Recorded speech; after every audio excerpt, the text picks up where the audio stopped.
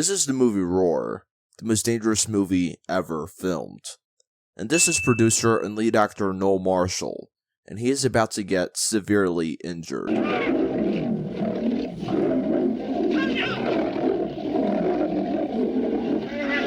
He has just been bitten, and as he saw the blood ooze out of his hand, Marshall was no longer acting. Neither was the lion.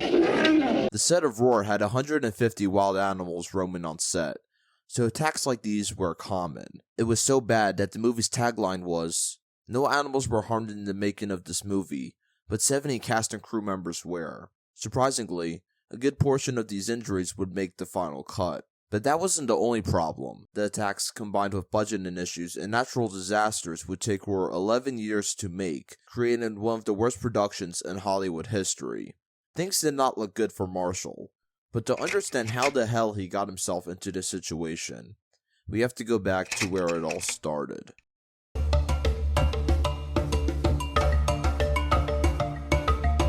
Noel Marshall is in Africa with his wife Tippi Hedren. Hedren, famous for her performance in Alfred Hitchcock's The Birds, was acting on the set of her upcoming movie, Satan's Harvest.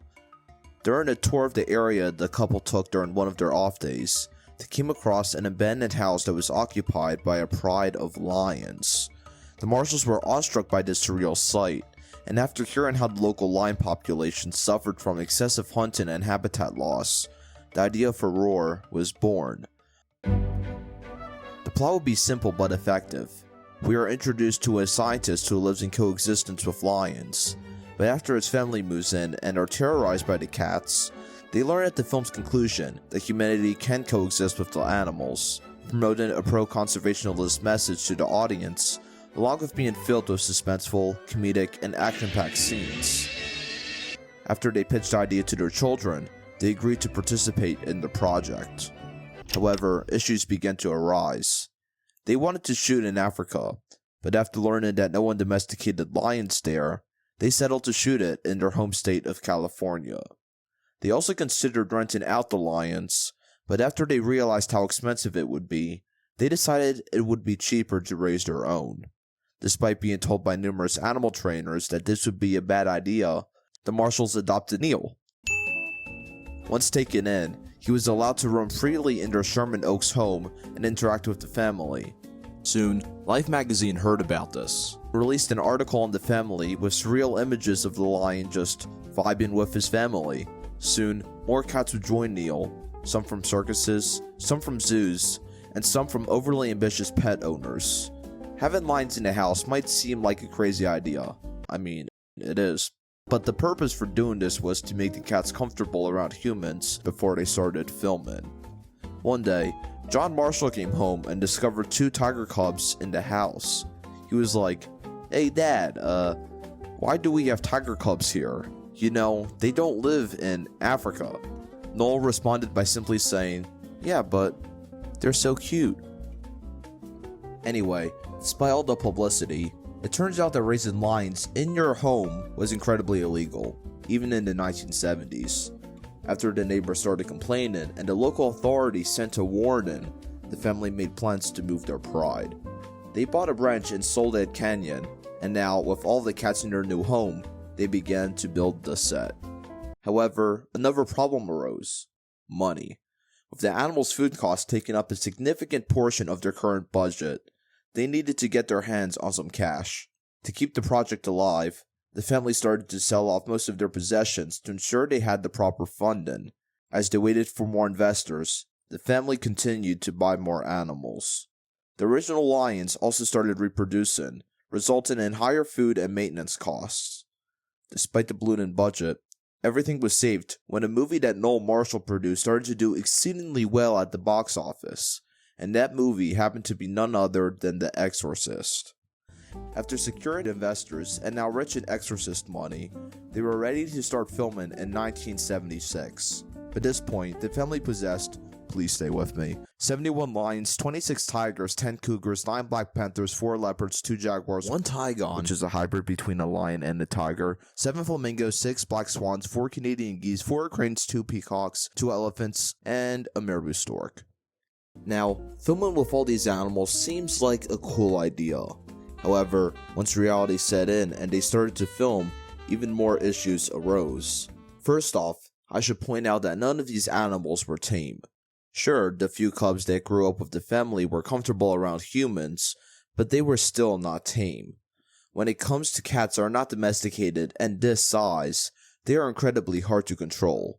Sure, you can train big cats to do tricks, but with the minimal amount of training the animals got, they were mostly uncontrollable. The second issue was that the crew was extremely understaffed. The industry standard was to have 2 trainers per cat, but with all the animals on set and the fact that paying hundreds of trainers was not possible with their available funds, they had less than a handful of trainers on set at one time. Thirdly, have you ever gone to a zoo and in the lion exhibit they were just lying down and chilling? Well, that's because wild cats are mostly nocturnal, and because of this, that was what a lot of the cats were doing, chilling. Since a bunch of wild cats lying around can make for a boring movie, they would have to wait or provoke a reaction from the cats to get the footage they needed. Sometimes this resulted in some scenes taking weeks to shoot. When the crew tried to film a scene that required 2 tigers to sit on a moving jeep, the tigers proved so difficult to keep still that it took them 2 weeks to get the necessary footage. Sometimes, a productive day meant only getting a handful of passable shots. So, the cast and crew were at the mercy of the cats. It was entirely up to the animals what they did in front of the camera. They were in control. So, for most of the scenes, the best the crew could do was shoot everything documentary style, keeping the camera rolling until the animals did something noteworthy. Sometimes they would try to provoke them by coaxing them with meat off screen, yelling and acting aggressively around the cats, and my personal favorite, framing scenes around things that animals found interesting. For example, they discovered the cats love chasing motorcycles, so you bet there was a motorcycle stunt every 20 minutes. Oh no, the elephant decided to stump the rowboat. Quick, get another one and get the cameras rolling. The lions won't drink from your water barrels? Well, just lock them on top of a scorching hot roof and give them extremely salty meat so they are forced to drink from the... That's a bit cruel. I won't lie, that's animal cruelty, a little bit. As mentioned, the team was desperate for shots. Now, let us get into the injuries. I should note that the famous tagline that 70 cast and crew members were injured was, on some accounts, much higher. And though there is no official number, some sources said it could have easily been over 100. Here are some of the most notable. Jean Debont, head of cinematography, was one of the bravest guys on set. One day, he and some other crew members got into a pit and hid underneath a tarp in an attempt to get some overhead shots of the lions jumping over them. After a few takes, one of the lions noticed the tarp moving after a crew member adjusted it, and, out of curiosity, decided to investigate by swiping at it with its paw. Unfortunately, Jean Debont's head was in the way. His scalp was ripped off, and he was rushed to the hospital. He had to get 220 stitches to put his head back together. But despite the setback, after only a few weeks of recovery, the crew was surprised when Jean Debont took himself and his massive balls of steel back to the set to finish what he had started. He would be on the set until they wrapped filming 5 years later. Another who was severely injured was Tippi Hedren. Twice. Tippi was filming a promo shoot when the same lion that attacked Debont bit her head, scraping her skull. She was hospitalized and given 38 stitches. Her second injury came when she was filming a stunt with one of the elephants. Though the stunt was practiced numerous times, the elephant grabbed her by her ankle, fracturing it, and then threw her off its back. This moment is in the movie, only they reversed the footage to make it seem like she was being picked up. She was diagnosed with gangrene as a result of the incident. When it came to Noel Marshall, the hand bite was not the only injury he had to endure. During a scene where he is in the house surrounded by lions, Marshall decided it was a good idea to try to excite the lions into being more active. By take 21, one of the lions decided to give him the action he was looking for. This leg bite, along with being diagnosed with blood poisoning and gangrene from numerous other injuries, would amount to years' worth of recovery. It seemed like he was in the hospital every other week, and always escaped without doctor's permission to continue shooting. Noel wanted to control nature.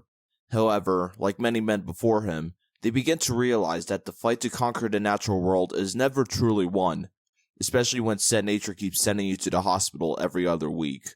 However, Noel Marshall had to finish the movie because he and his family were in too deep. So, the hopeless struggle continued. After the second year of filming, investors started to withdraw money. The family ended up selling 4 of their houses and most of their valuables to keep the project afloat. As people continued to walk out of the project, the family had to do most of the jobs themselves. Everything was going badly, and this was taking a toll on Marshall. What are you doing? Oh, you got that gate open? How can you be that stupid? Not open up here because the cow was in my way. Oh, you dumb! When did the camera stop? 1 second, 2 seconds to go. You rat son of a... All of this madness culminated in one of the most heartbreaking injuries on set. Melanie Griffin was the only child in the family who didn't want to be in the movie. She would tell her mother that she didn't want the lions to rip her face off, but after a while she caved in and joined filming. She would later regret this decision. Get off of her! Open her! This would have been the normal scene in the movie. However, this lion decided not to let go of Melanie. Pay attention, Tippy's not acting at all in the scene, but is trying to save her daughter from this lion. What's even worse is what is not being seen by the camera. Noel Marshall is filming his daughter, and not doing anything. To the viewer, it sounds like Melanie is saying no, but she's actually saying No, no! But Noel kept filming.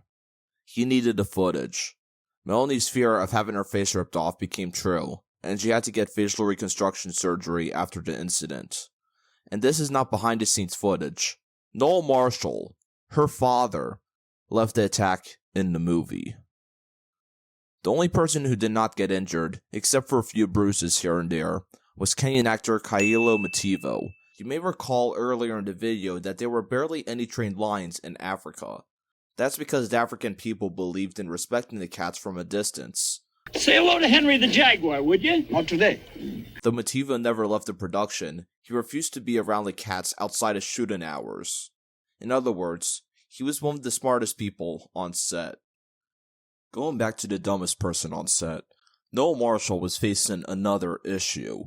His set was sitting in Soul Dead Canyon, and despite it being at risk of flooding, all worries were settled by the fact that production would wrap up on time and any potential floods would not be an issue. Oh wait, production is majorly delayed.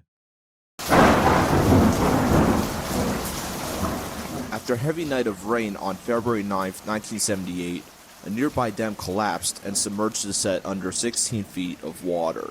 After 4 crew members were rescued from the floodwaters, everyone realized that the fences keeping the cats on the set had been destroyed. 15 lions and tigers escaped, and to keep people safe, local law enforcement shot and killed 3 of the lions, including Robbie, who is one of the leads in the movie. Despite these kills, the movie was still allowed to have the "No Animals Were Harmed" tagline since the deaths happened outside of filming.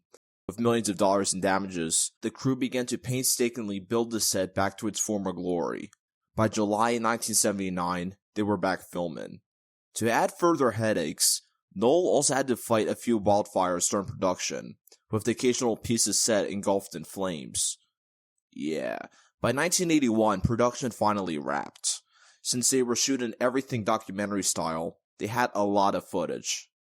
In fact, they had over 1 million feet in film. However, when it came down to the actual distribution, Noel could never find a good deal. It seemed that no studio had faith in the project or wanted to pay for the lion's share, aka the money the Marshalls were going to give for the animals' care after shooting.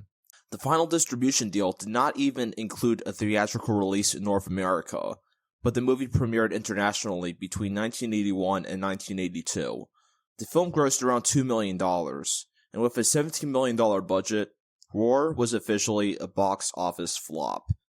Yeah, that's bad. Oh, that's really bad. Many of the crew members left the set and were like, I think we should join a union. Most of the crew were beginning their careers at that time, and would go on to work on many great projects. The most notable of the group was Jean de Bont, who would go on to do cinematography for small movies like Die Hard, than Basic Instinct. What are you gonna do? Charge me with smoking?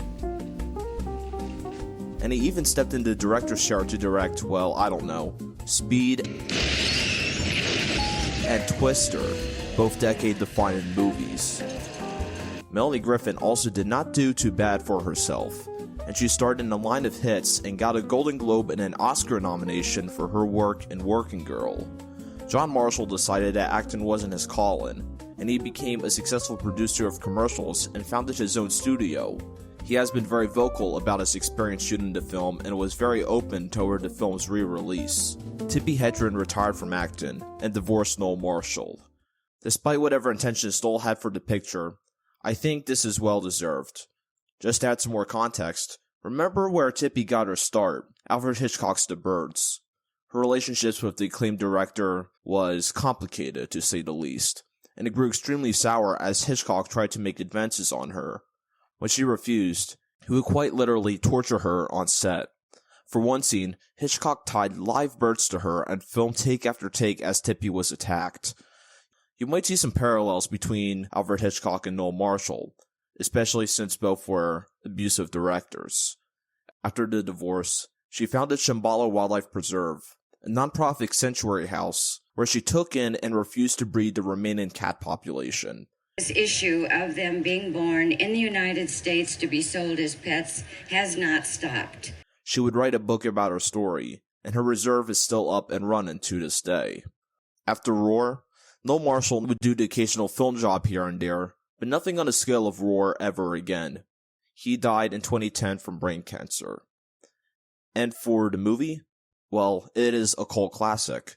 The movie did not have a very deep plot or anything, but watching with the backstory in mind is entertaining and terrifying enough. Something is interesting about this whole story. How an attempt to show that lions and humans aren't so different led to the complete opposite of harmony. Maybe Noel should have taken a note from Ativo and the people of Africa, and learned to respect the lions from a distance.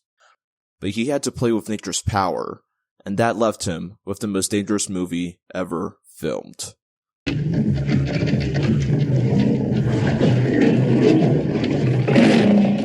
Let boogie, let boogie, let boogie, let boogie, let boogie, let boogie, let boogie, let boogie, let boogie, let boogie, boogie, boogie, boogie, let boogie, let boogie, let boogie, let boogie, let boogie, boogie, boogie, boogie, boogie.